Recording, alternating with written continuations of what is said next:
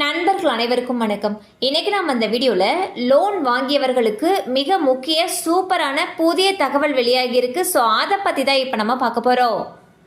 Repo வட்டி தொடர்ந்து குறைக்கப்படுவதன் எதிரொலியாக வீட்டு கடன் வட்டி விகிதமானது 8% கீழ் குறைய வாய்ப்பிருப்பதாக தகவல்கள் வெளியாகியுள்ளன. பிப்ரவரி மாதம் முதல் ரெப்போ வட்டியை 2 முறை தலா 25 புள்ளிகள் ரிசர்வ் வங்கி குறைத்தது. இதனால் வங்கிகளும் கடன்களுக்கான வட்டியை குறைத்து வருகின்றன. எனினும் வங்கிகள் இன்னும் 8.15% மேல் வட்டி வசூலிக்கின்றன. அது வரும் நாட்களில் குறையக்கூடும் என்று தெரிகிறது. ஸோ பார்த்தீங்கன்னா ரிசர்வ் பேங்க் ரெப்போ வட்டி விகிதத்தை குறைச்சிருக்காங்க. இதன் காரணமாக கடன்களுக்கான வட்டி விகிதமானது குறைக்கப்படும் வாய்ப்பு இருக்கு.